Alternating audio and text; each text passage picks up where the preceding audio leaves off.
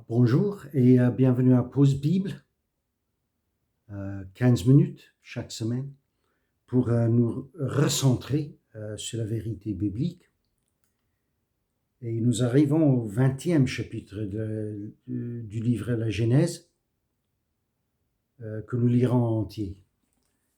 Et comme d'hab, je lis de ma Bible seconde. On y va? C'est l'histoire d'Abraham avec le roi Abimelech.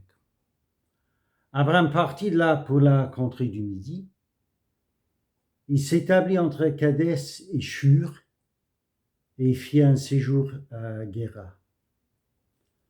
Abraham disait de Sarah, sa femme, « C'est ma sœur. » Abimelech, roi de Guéra, fit enlever Sarah. Alors Dieu apparut en songe à Abimelech pendant la nuit et lui dit, « Voici, tu vas mourir à cause de la femme que tu as enlevée, car elle a un mari. » Abimelech, qui ne s'était point approché d'elle, répondit, « Seigneur, ferais-tu périr même une nation juste? Ne m'a-t-il pas dit, c'est ma sœur, et elle-même n'a-t-elle pas dit, c'est mon frère? J'ai agi avec un cœur pur et avec des mains innocentes. » Dieu lui dit en songe, « Je sais que tu as agi avec un cœur pur, aussi tes gens péchés de pécher contre moi, c'est pourquoi je n'ai pas permis que tu la touchasses. Maintenant rends la femme de cet homme, car il est prophète, il priera pour toi, et tu vivras. Mais si tu ne la rends pas, sache que tu mourras, toi et tout ce qui t'appartient. » Abimelech se leva de bon matin, il appela tous ses serviteurs, il leur rapporta toutes ces choses, et ces gens furent saisis d'une grande frayeur. Abimelech appela aussi Abraham et lui dit, « Qu'est-ce que tu nous as fait, et en quoi t'ai-je offensé, que t'aies fait venir sur moi et sur mon royaume un si grand péché? Tu as commis à mon égard des actes qui ne doivent pas se commettre. » Et Abimelech dit à Abraham, « Quelle intention avais-tu pour agir de la sorte? » Abraham répondit, « Je me disais qu'il n'y avait sans doute aucune crainte de Dieu dans ce pays et que l'on me tuerait à cause de ma femme. De plus, il est vrai qu'elle est ma sœur, fille de mon père. Seulement, elle n'est pas fille de ma mère et elle est devenue ma femme. Lorsque Dieu me fit aller loin de la maison de mon père, je dis à Sarah, « Voici la grâce que tu me feras. Dans tous les lieux où nous irons, dis de moi, c'est mon frère. » Abimelech prit des brebis et des bœufs, des serviteurs et des servantes et les donna à Abraham. Et il lui rendit Sarah sa femme. Abimelech dit, « Voici mon pays et devant toi demeure où il te plaira. » Il dit à Sarah, « Voici je donne à ton frère 1000 pièces d'argent. Cela te sera un voile sur les yeux pour tous ceux qui sont avec toi. Et auprès de tous, tu seras justifié. » Abraham pria Dieu et Dieu guérit Abimelech, sa femme et ses servantes, et elle put enfanter, car l'Éternel avait frappé de stérilité toute la maison d'Abimelech à cause de Sarah, femme d'Abraham. Alors, d'après le dernier verset là, on devrait supposer que tout cela s'est passé à travers une certaine période pour qu'on se rende compte sur la stérilité qui était maintenant dans la famille, qui n'avait plus d'enfants, la stérilité étant une malédiction que Dieu avait frappé, par laquelle Dieu avait frappé la maison d'Abimelech, et puis peut-être c'était en cherchant la raison pour tout cela qu'éventuellement Dieu a parlé à Abimelech par un songe, dans un songe. Bon, peut-être vous aurez eu un sentiment déjà vu en faisant cette lecture, parce qu'il est vrai qu'il y a une forte ressemblance entre ce récit et celui que nous retrouvons en Genèse chapitre 12. Certains se sont dit eux-mêmes que voici une preuve de la fabrication humaine de la Bible, parce qu'on prend de l'ancien matériel pour le refabriquer, le répéter, et la refabriquer, la répéter par la suite. Et la raison pour les répétitions de ces histoires, c'est parce que c'est un produit humain. Bon, nous, en tant que chrétiens, nous admettons volontiers que la Bible est aussi, attention, aussi une fabrication humaine. La Bible n'est pas tombée du ciel, mais Dieu s'est servi des hommes, et pas mal pour toute la Bible, pour la production des Écritures et la rédaction des Écritures et leur contenu. Aussi, j'ai aucun problème avec la répétition de l'histoire ici, parce que ce n'est pas une simple répétition, vous voyez. C'est ça ce que je peux dire pour cette répétition et la ressemblance entre l'histoire en Genèse 12 et l'histoire en Genèse 20. Pourquoi dis-je cela? Si vous regardez l'explication qu'Abraham lui-même donne à Abimelech, la réponse est là. Et ça nous rappelle, ça va nous rappeler qu'au lieu de sauter vers des conclusions à l'égard des Écritures, il vaut mieux les lire. Il vaut mieux lire d'autant plus attentivement que nous le faisons peut-être d'habitude. Parce que voici ce que nous lisons à l'égard de la réponse d'Abraham à Abimelech. Qui rassemble, elle, à la réponse qu'Abraham avait donnée à Pharaon, mais la raison pour la répétition est ici. Abraham répondit, je me disais qu'il n'y avait sans doute aucune crainte de Dieu dans ce pays et que l'on me tuerait à cause de ma femme. De plus, il est vrai qu'elle est ma sœur, fille de mon père, seulement elle n'est pas fille de ma mère et elle est devenue ma femme. Verset 13. Lorsque Dieu me fit errer loin de la maison de mon père, je dis à Sarah, voici la grâce que tu me feras dans tous les lieux où nous irons. Dis de moi, c'est mon frère. Notez bien, dans tous les lieux où nous irons. Pas simplement en Égypte, mais dans tous les lieux où nous irons. Nous avons préparé notre ruse, nous avons préparé notre combine dans un effort de garantir notre propre sécurité.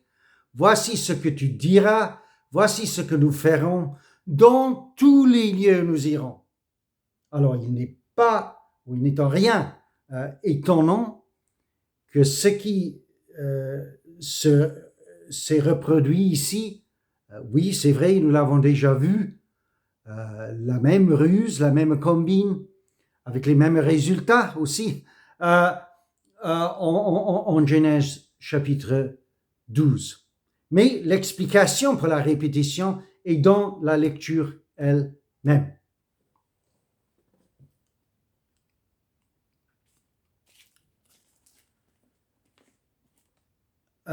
Bon, ce qui est intéressant ici et ce qui est développé peut-être un peu plus, c'est l'intervention de Dieu.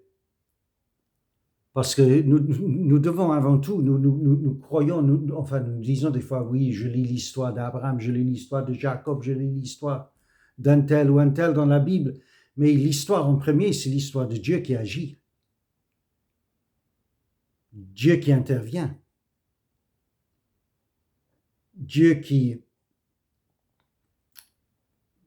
si vous voulez, qui fait l'échange et les échanges avec les hommes. Et c'est ce que nous voyons ici. Parce que la crainte d'Abraham et Sarah, d'Abraham surtout, il me semble, de tomber entre les mains de gens et de rois méchants, c'était peut-être un peu exagéré. peut-être en quelque sorte, Abraham et Sarah, Abraham surtout, sous-estimaient les autres.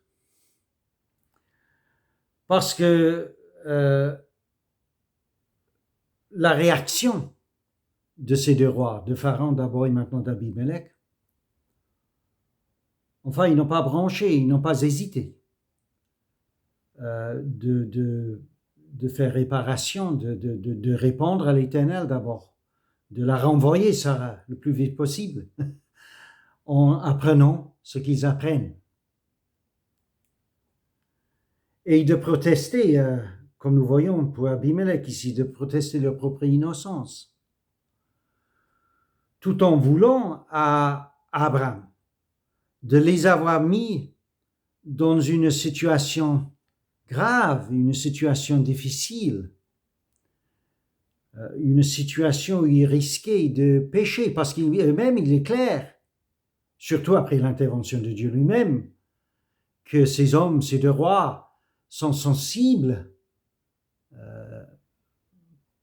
pour ce qui concerne ce qui est bien et ce qui est, enfin, le bien et le mal, ce qu'il faut et ce qu'il ne faut pas faire. Et oui, dans sa miséricorde, Dieu, il sait qu'Abimelech a agi par ignorance et il est pour cela qu'il dit à Abimelech, c'est pour cela que je t'ai empêché de pécher contre moi.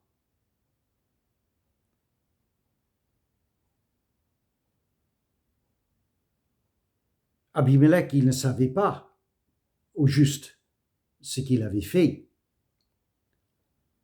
Et il ne savait pas non plus ce qu'il comptait faire si Dieu n'était pas intervenu. Mais Dieu, il savait. Et Dieu lui-même n'a pas voulu qu'Abimelech tombe dans ce péché, même par ignorance, de prendre la femme d'autrui pour lui-même.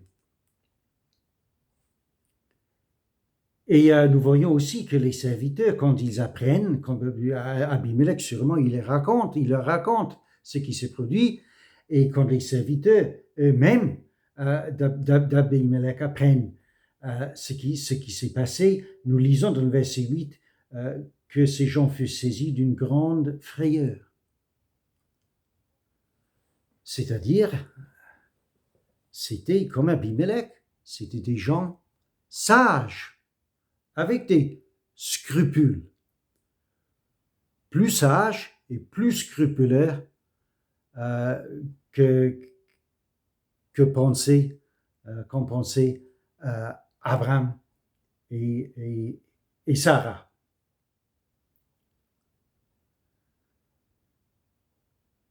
Encore une fois, pour terminer, parce que c'est là que notre lecture termine, que bien que Abimelech avait agi par ignorance en enlevant Sarah pour la prendre pour sa femme,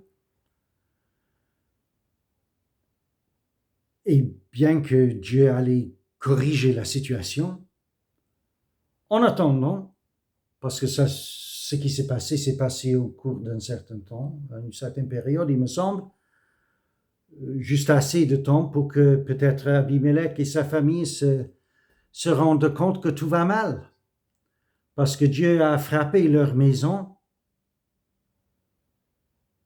toute la maison d'Abimelech, nous lisons dans le dernier verset, sa femme et ses servantes, de stérilité, une malédiction de la part de l'Éternel pour ces gens qui, même dans leur ignorance, même que c'était bien que c'était dans leur ignorance, ils ont agi à travers ou à l'envers enfin, les commandements n'ont pas encore été donnés, mais vous comprenez ce que je veux dire, la voie normale, la voie morale, à l'envers du commandement qui va venir, de se mêler dans les affaires de la famille d'Abraham, eh bien, Dieu s'est mêlé dans leurs affaires, la famille d'Abimelech, avant que la situation soit corrigée. Donc c'est intéressant de voir encore comment Dieu il exerce ses jugements dans le monde et comment nous avons à lui répondre et que l'ignorance même ne l'empêche pas, notre ignorance ne l'empêche pas d'agir lui.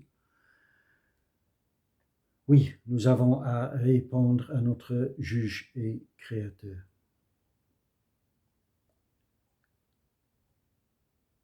Mais encore, Abraham, il a appris quelque chose pour ce qui concerne les autres, qui ne sont pas peut-être aussi maladroits et mauvais qu'ils ont pensé. Et il a appris quelque chose lui-même pour l'intervention et la protection et la bénédiction même, malgré lui, de Dieu. Bon, je vous laisse là et la fois prochaine, ça sera la naissance d'Isaac. Au revoir.